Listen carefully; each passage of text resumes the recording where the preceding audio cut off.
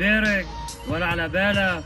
ما بتعرف انه في عندك دفع ايجار بيتك لمده 3 اشهر؟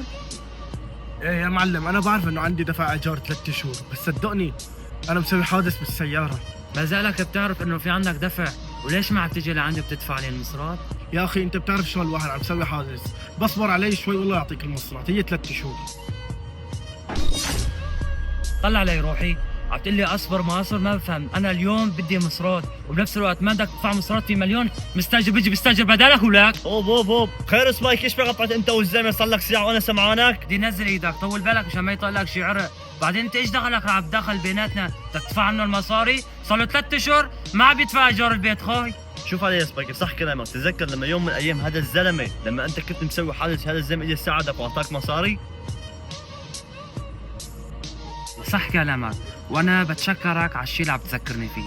شوف علي يا سبايك، مسوك هاي اجار بيته رح على 3 اشهر، وكل راس شهر بتيجي تاخذ اجار بيته من عندي. ماشي هيك وصلني حقي. السلام عليكم. شوف علي يا رحمه، انا هذاك الزلمه اعطيته المصاري، وانا عندي كراي سيارات تمام، فيك تشتغل فيه لبين ما انت يصير وضعك كويس. ماشي يا اخي، بتشكرك كثير، هالمصرات اللي دفعتها ان شاء الله بقرب وقت برجع لك اياها.